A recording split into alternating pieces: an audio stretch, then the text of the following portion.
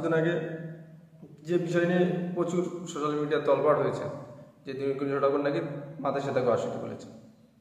দীনকৃষ্ণ ঠাকুর বেদবতী যে অভিশাপের কথা আছে সেটা কোথাও লেখা নেই, কোনো রামায়ণে লেখা নেই, কোনো জায়গায় লেখা নেই। আমরা প্রতিটা রামায়ণ পড়েছি, আমরা প্রতিটা ধর্মগ্রন্থ পড়েছি, কিন্তু এমনটা খুঁজে পাইনি।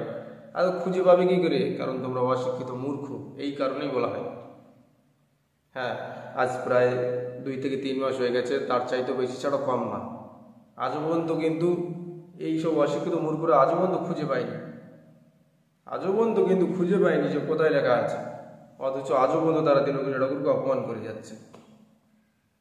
তো চলো, বেদবতী রাবণকে অভিশাপ দিয়েছিল, মাতা সীতাকে অশুদ্ধি বলার কারণ কি সেটা আজকে জেনে নেব। আমি কোনো সীতামাকে অপমান করিনি। শুনে নাও, বেদবতী সীতামা, যিনি সীতামায়ের গত জন্ম, আগের জন্ম, পিছলা জন্ম বেদবতী, এই বেদবতী সীতামাকে অভিশাপ দিচ্ছেন।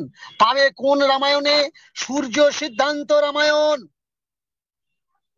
তোমাদের জন্য আজকের আমার আবার বইগুলো বের করা লাগলো, যে বাবা আপনার নামে বদনাম করছে। তোমরা আমাকে বলেছো বাবা আমার নামে, আপনার নামে বদনাম করছে, আপনি ভুলভাল বলেছেন।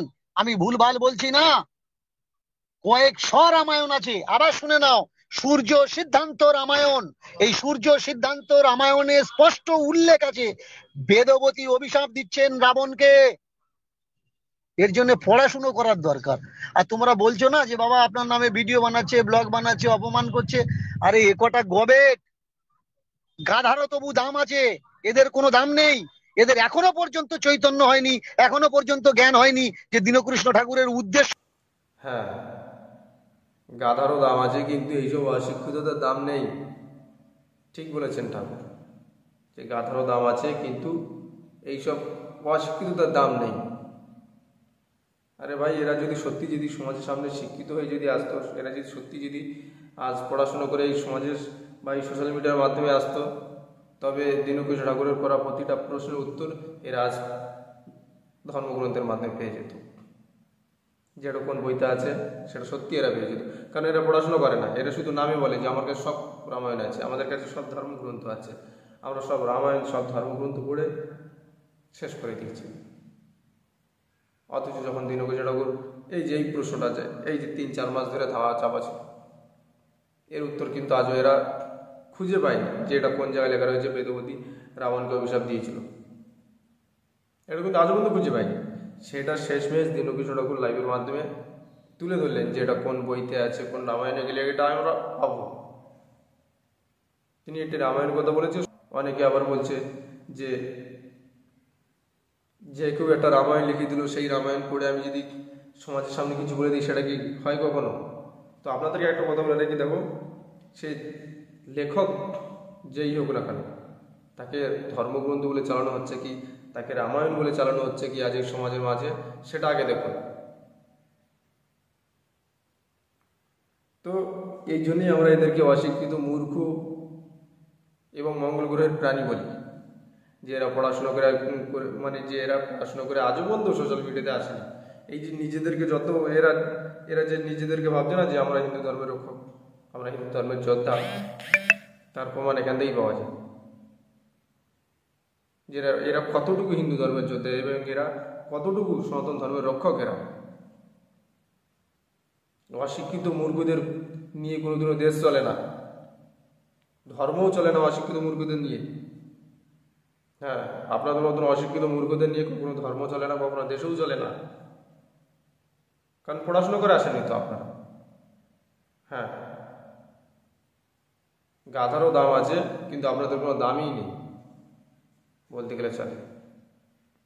এরা এতই ধর্মগ্রন্থ পড়েছে, শেষমেশ পশুতে পরিণত হয়ে গেছে। এরা ভাবতে পারছেন? মানে এরা দিন রাত এক করে দিয়েছে ধর্মগ্রন্থ পড়তে পড়তে, অথচ সেই দিন রাত পড়তে গিয়ে এরা নিজেরাই পশুতে কানভার্ট হয়ে যাচ্ছে।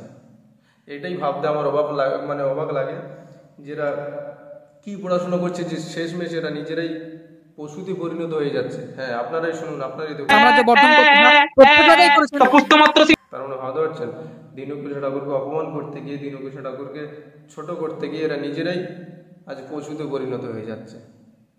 তাই একটা কথাই বলবো আপনাদের কাছেও বলবো, আজ যারা যারা এই ভিডিওটা প্রথম থেকে শেষ পর্যন্ত দেখেছে তাদেরকে একটা কথাই বলবো, যে দিনকৃষ্ণ ঠাকুর যে কথাগুলো বলছে সেটা কোন বইতে আছে, কোন রামায়ণ আছে, কোন ধর্মগ্রন্থতে আছে, তিনি বলেন না কেন, এই যে এটা এতদিন ধরে চাপা ছিল কেন, এই বিষয় নিয়ে আজকের আপনাদের সামনে একটু আলোচনা করা দরকার।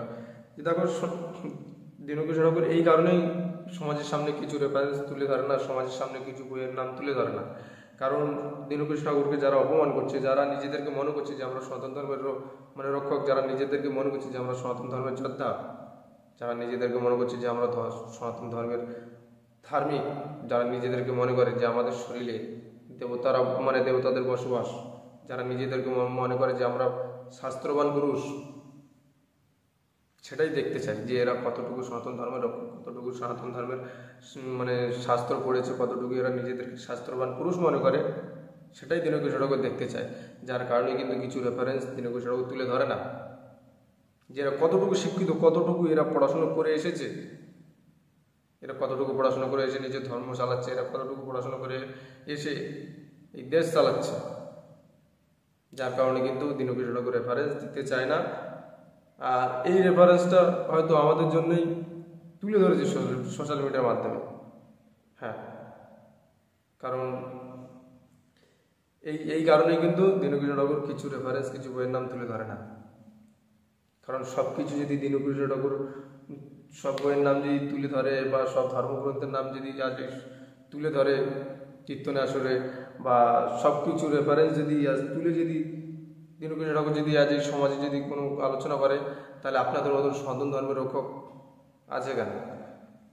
তার মানে এখান থেকেই বোঝা যায় যে যারা আজ পর্যন্ত যে দিনকৃষ্ণ ঠাকুর অপমান করছে, যারা আজ পর্যন্ত মনে করছে দিনকৃষ্ণ ঠাকুর ভুল, অথচ তারা অশিক্ষিত, মূর্খ, গোয়ারবেট, গাধরও দাম আছে, কিন্তু তাদের কোনো দাম নেই।